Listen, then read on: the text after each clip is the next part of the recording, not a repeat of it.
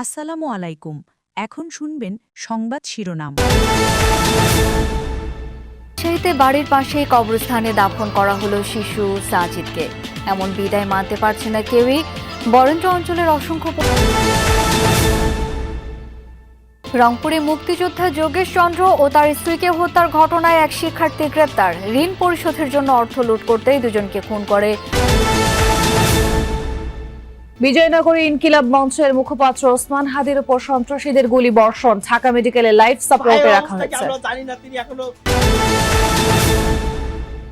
হামলাকারীদের আইনের আওতায় আনার নির্দেশ প্রধান উপদেষ্টার। বিএনপি, জামায়াত, এনসিপি সহ বিভিন্ন দলের নিন্দা উদ্বেগ। আসসালামু আলাইকুম। এতক্ষণ শুনছিলেন সংবাদ শিরোনাম, এখন শুনবেন বিস্তারিত। ঘোষিত তফসিল জন আকাঙ্ক্ষার প্রতিফলন, ভোট নিয়ে দূর হলো সাধারণের সংশয়, এমনটা মনে করেন রাজনীতি বিশ্লেষকরা। তারা বলছেন সুষ্ঠু ভোট আয়োজনে নির্বাচন কমিশনের সামনে এখন বহু চ্যালেঞ্জ, বাধা আসতে পারে আওয়ামী লীগের পক্ষ থেকেও। বিশ্লেষকরা বলছেন নির্বাচন প্রশ্নবিদ্ধ হলে ব্যর্থ হবে ২৪-এর গণ অভ্যুত্থান। পিয়ার সহ নানা ইস্যুতে রাজনৈতিক দলগুলোর মধ্যে পরস্পর বিরোধী অবস্থান, আইন শৃঙ্খলা পরিস্থিতির অবনতি, সব মিলিয়ে সাধারণের শঙ্কা ছিল ভোট হবে তো ফেব্রুয়ারিতে। ফেব্রুয়ারি মাসের ১২ তারিখ রোজ বৃহস্পতিবার ৩০০ আসনে ত্রয়োদশ জাতীয় সংসদ সাধারণ নির্বাচন। সব জল্পনা ছাপিয়ে বৃহস্পতিবার ঘোষণা করা হয়েছে ত্রয়োদশ জাতীয় সংসদ নির্বাচনের তফসিল, যাকে স্বাগত জানিয়েছে ক্রিয়াশীল সব রাজনৈতিক দল। বিশ্লেষকদের মতে গণতন্ত্রে উত্তরণেই এখন সরকারের মূল লক্ষ্য। ঘোষিত তফসিল তারই প্রতিফলন। বাংলাদেশকে একটা গণতান্ত্রিক অভিযাত্রার পথে এগিয়ে নিয়ে যাওয়া এই সরকারের একটা সাংবিধানিক দায় দায়িত্বের মধ্যেও আছে এবং মানুষের প্রত্যাশার জায়গাটা তো আছে। এই তফসিলের ঘোষণার মধ্য দিয়ে আমরা মনে করছি যে এদেশের মানুষের মনের মধ্যে যে সংশয় এবং আশঙ্কাটা নির্বাচনকে কেন্দ্র করে ছিল সেটা দূরীভূত হবে। লম্বা সময় ধরে যে ভোট দিতে না পারার যে একটা আক্ষেপ, এই আক্ষেপটা এবং তাদের যে আগ্রহ, এই দুটো বিষয় এবং নির্বাচনে যে রাজনৈতিক দলগুলো অংশগ্রহণ করবে তাদের আচরণ, এই দুটো যদি প্যারালালি চলে তাহলে নির্বাচন অনুষ্ঠিত না হওয়ার পিছনে কোনো কারণ নেই। ২০০৮ সালের পর আওয়ামী লীগ সরকারের আমলে হওয়া টানা ৩টি নির্বাচন ছিল প্রশ্নবিদ্ধ, ছিল না জনগণের স্বতঃস্ফূর্ত অংশগ্রহণ। এবারের ভোট তাই দেশের নির্বাচন ব্যবস্থার জন্য বেশ গুরুত্বপূর্ণ। ৫ আগস্ট যে ঘটনাটা ঘটলো তার পেছনে অন্যতম প্রধান ফ্যাক্টর ছিল কিন্তু নির্বাচনগুলো ইনক্লুসিভ না হওয়া এবং যেন তেনভাবে একপাক্ষিক নির্বাচন হওয়া। যদি একই ধারাবাহিকতা এই নির্বাচন হয় তাহলে এই যে ৫ আগস্টের যে গণ অভ্যুত্থান এবং ডক্টর মোহাম্মদ ইউনূসের নেতৃত্বে যে সরকারের অধীনে নির্বাচন, এই যে সবকিছু মিলিয়ে এটা একটা টোটাল ফেইলার হবে। বিশ্লেষকরা বলছেন আগামী নির্বাচনের জন্য অন্যতম বড় হুমকি হতে পারে আওয়ামী লীগের তৎপরতা। সেজন্য নির্বাচনী প্রস্তুতির পাশাপাশি সরকার ও কমিশনকে নজর দিতে হবে সে বিষয়েও। যে রাজনৈতিক দলগুলো অংশগ্রহণ করতে পারছে না তাদের পক্ষ থেকে এটাকে ফিউটাইল করে দেওয়া, ব্যর্থ করতে পারাটাই তো তাদের জন্য সফলতা হবে। কিংবা আন্তর্জাতিক এবং যে রিজিওনাল যে পলিটিক্সটা আছে, চ্যালেঞ্জটা হচ্ছে তাদের গোয়েন্দা রিপোর্টের উপর ডিপেন্ড করে একটা প্রজেক্ট কিভাবে ইমপ্লিমেন্ট করবে। গণভোট একই দিনে অনুষ্ঠিত হবে। এবারের জাতীয় নির্বাচনের সাথে অনুষ্ঠিত হবে গণভোটও। একে কমিশনের চ্যালেঞ্জ বলছেন বিশ্লেষকরা। গণভোটের ব্যাপারে বাংলাদেশের মানুষের কখনো কোনো আগ্রহ থাকে না, তো এই নির্বাচনেও কিন্তু এই ধরনের একটা হতে পারে। আরিফুর রহমান সবুজ, যমুনা নিউজ, ঢাকা।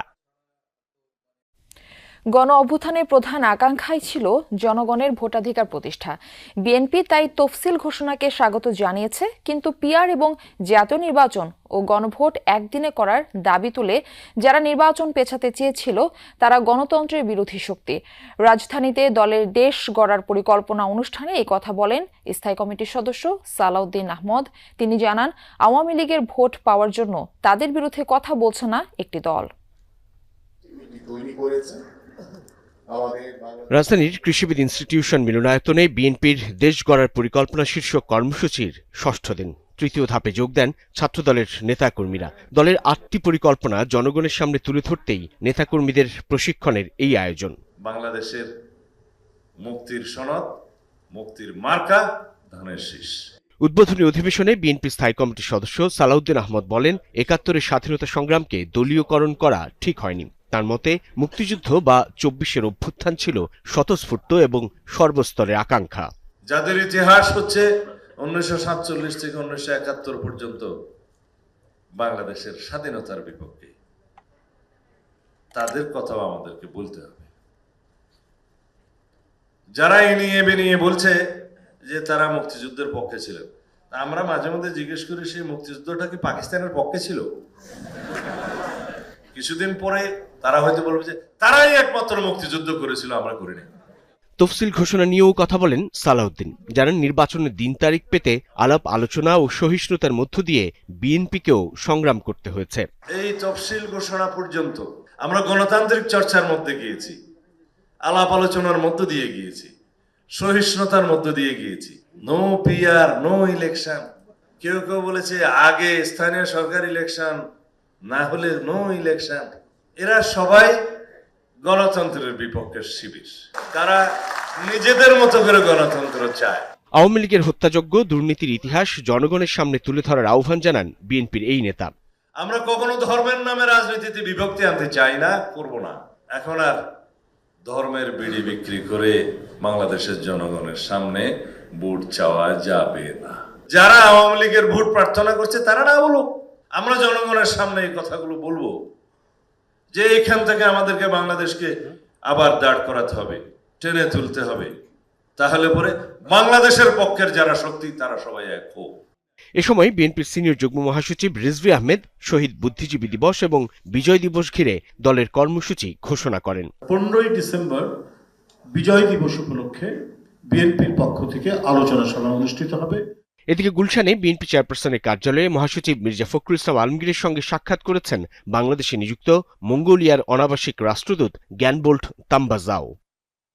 সাইফুদ্দিন রবিন, যমুনা নিউজ, ঢাকা। পৃথিবীর কোনো শক্তি আগামী নির্বাচন বানচাল করতে পারবে না, এই মন্তব্য করেছেন প্রধান উপদেষ্টা প্রেস সচিব শফিকুল আলম। সকালে শরীয়তপুরের নুরিয়ায় সুরেশ্বর দরবার শরীফ জিয়ারত করতে যান তিনি। পরে সাংবাদিকদের প্রশ্নের জবাবে প্রেস সচিব বলেন, দেশের মানুষ নির্বাচনের জন্য অধীর আগ্রহে অপেক্ষা করছে। এরই মধ্যে বইছে নির্বাচনী আমেজ। যারা অনৈতিক দাবি নিয়ে নির্বাচন বানচালের চেষ্টা করবে তাদের শক্ত হাতে প্রতিহত করার হুঁশিয়ারও দেন প্রেস সচিব। পৃথিবীর কোনো শক্তি নাই এই নির্বাচনকে ডিসরাপ্ট করার মতো, কোনো শক্তি নাই। বাংলাদেশের মানুষ নির্বাচনের জন্য খুব অধীর আগ্রহে আছে। আপনি যেখানে জানেন, আমি নড়িয়াতে আসছি, আমি সব জায়গায় বয়ানার